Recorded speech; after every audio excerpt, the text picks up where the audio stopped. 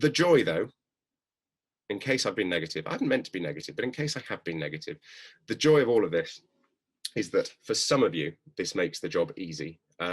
We're fond of saying at Creature that nothing makes us more excited than when we're invited to play in a sector where it feels like all the chief marketing officers have met in some secret underground lair and agreed the rules of engagement, a sort of pact of mediocrity, if you like. You know, as long as nobody else does anything good, then none of us can get fired. And certainly when Coat Your Own came in, you know, it wasn't the budget that excited us. It wasn't the promise of free wine, because there was no free wine.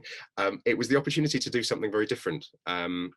And I think, you know, we love doing that. We love the stuff we've done with Kamala since, but I think there is still a huge opportunity for wine brands who are prepared to put the real people that will or won't drink them ahead of the sort of the fanaticism around the liquid. There's a massive opportunity to do something very, very different. And that, to go back to the very beginning, and to Sophie's introduction, that's what intelligent misbehavior is. Intelligent misbehavior is not the disruption that advertising used to talk about in the 80s, where you just, you know, if you wanted to sell some tires, you went out and shot a 180-second film with an iguana and a bunch of surreal fireworks in the desert.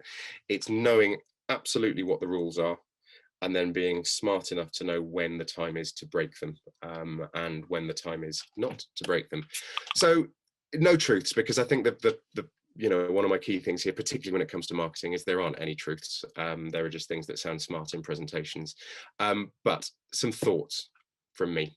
You're not selling wine to wine obsessives, you're selling wine to real people. Real people care more about the room than they'll ever care about the drill. Real people find wine confusing and intimidating, and it's our job as marketeers to help them and thus drive up the sales of whoever we're marketing for. And then finally, easily, and you know, one day people will cotton on to this and start doing it, but thankfully they haven't thus far.